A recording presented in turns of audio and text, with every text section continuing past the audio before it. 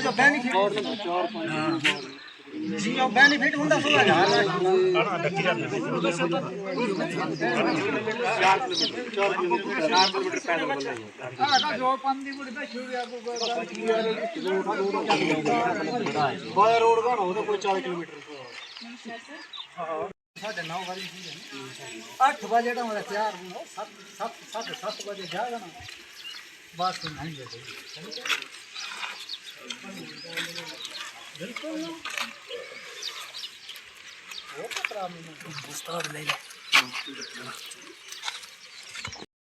और तेरी फीड में आके बैठ जाए ना ना आजो जरा सिस्टम के लिए कुछ लोग कार्य आवाज दे रहे हो ऊपर पहुंचे बात नहीं है जरा तो क्या हो सभी कार्यकर्ता पास वो गाने ये मोदी साहब आके आवाज दिया तो है ना आजो वो करो ना प्रोग्राम तो सो तक मैं फोटो बने कर दे ऊपर अपलोड होती है तो तीन या करी होता है जान बचे आजो जरा इच जर चैप्टर बने तो जर कुछ दुकान होगा तो मैं सोचता हूं ये लोड करे तो इच क्या करे बाकायदा बीपीएस कैमरे में फोटो बने करे तुम जो चेहरे सब इधर नए करके क्या समस्या है तो लोड होती ऊपर पड़ना भारतीय जनता पार्टी जिंदाबाद। प्रधानमंत्री मोदी साहब जिंदाबाद। सभी नमस्कार जय श्री राम इनके महामंत्री दिलीप जी बाड़ी था उनकी बाकी गल तो हुई नहीं गलबात उनकी हुई है अच्छा मोदी जी का स्नेह लेकर घर घर गिस पर मैंने बूथ गिस पर नो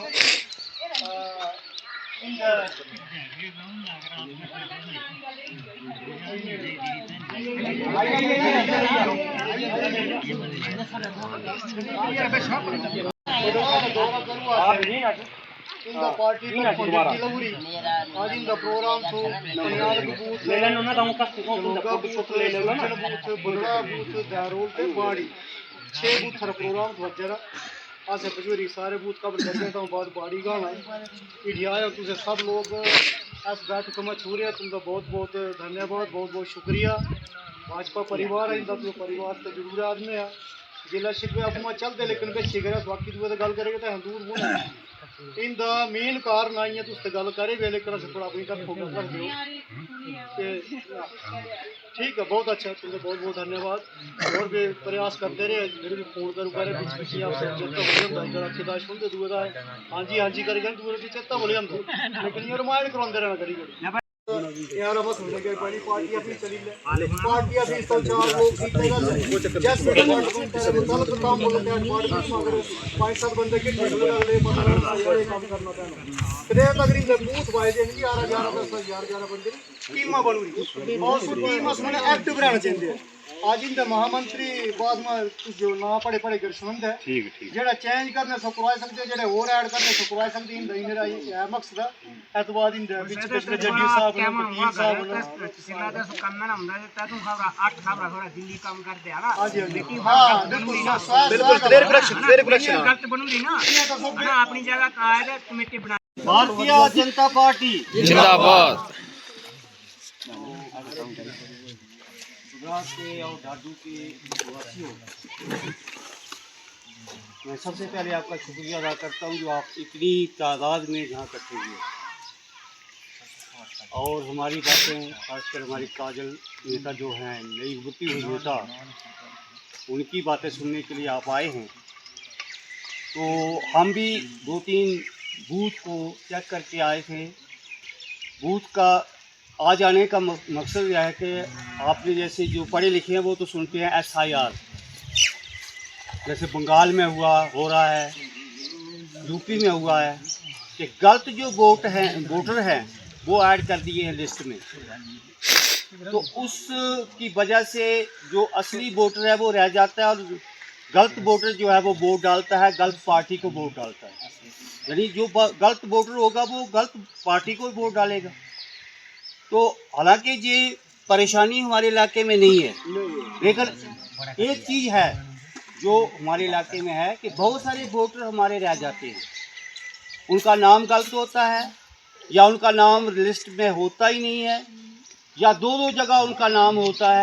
कोई गलत वोटर जो है वो उसमें एंटर ना हो, और जो चला गया है या दो जगह जिसका वोट बन रहा है उसको काटा जाए। उसके बाद लिस्टें नहीं बनेंगी, उस लिस्ट की भी वेरिफिकेशन होगी।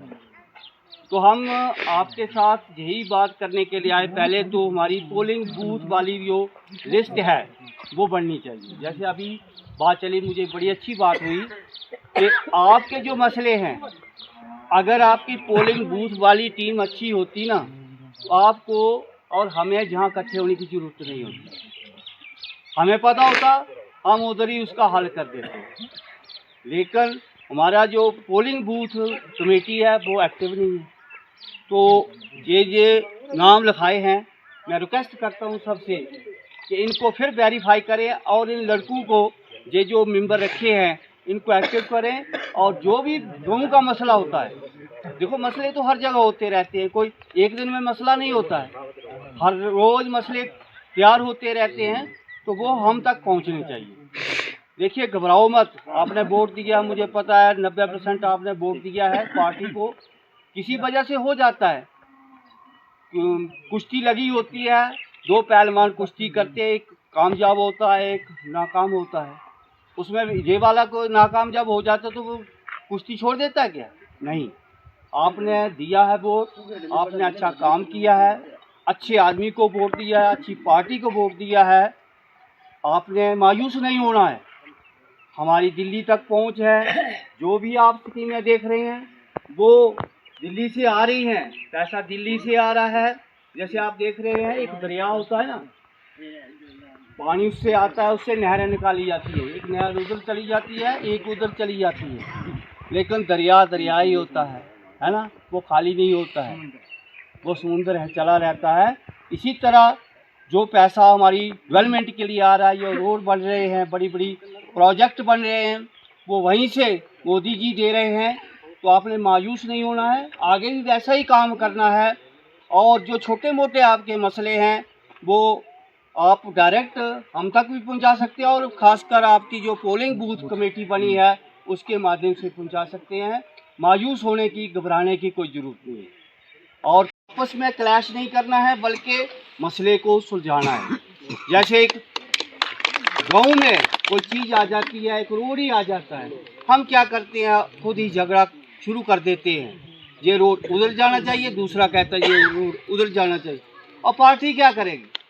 अब लीडर क्या करेगा बेचारा? किसको खुश करेगा और किसको दुख करेगा? ऐसी बातें नहीं होनी चाहिए। गाँव वालों को खुद ही डिसाइड करना चाहिए कि ये चीज़ आई है, ये कहाँ बननी चाहिए।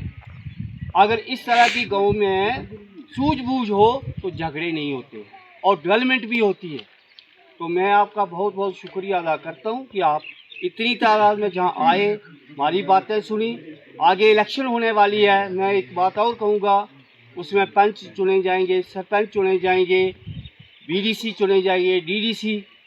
वहाँ भी आपने, मैं पार्टी वर्करों से रिक्वेस्ट करता हूँ कि क्लैश नहीं करना है।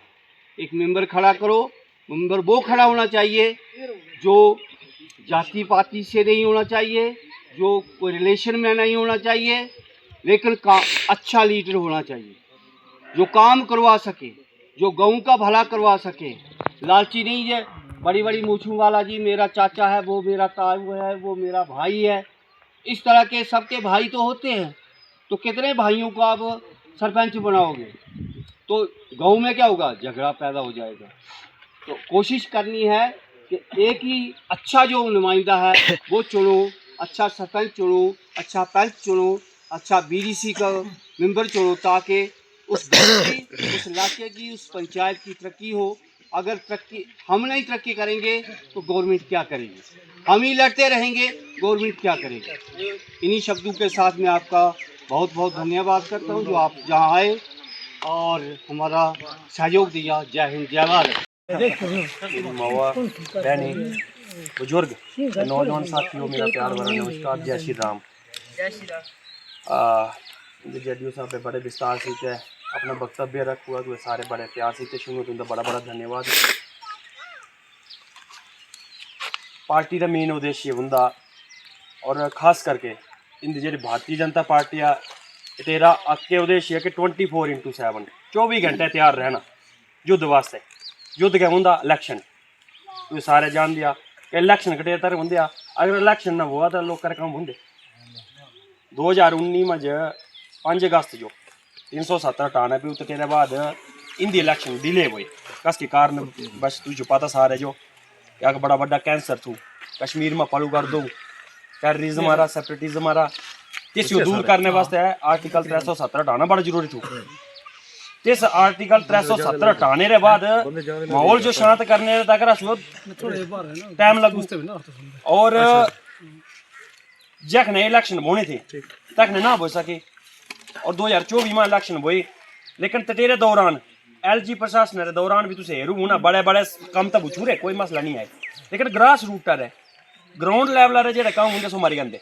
तो सारे जान दिया कि पंचायत भी डिजॉल्व हो चुकी थी और इं मतलब बेचारे मतलब पावर नहीं थे आए अगर इं जो झंझोड़े रोज रोज बल्ली आए कर सिर पल्ले किस भूल लेना कर लगना तो तेरे तक इलैक्शन बड़े इंपॉर्टेंट बंदे आ।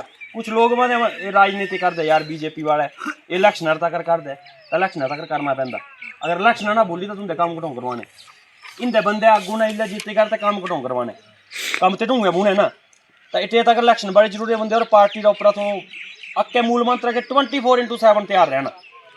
और तू सारे जानते तू पहले भी बड़ा साथ दिया जो जी बड़े सारी गल्ला हुई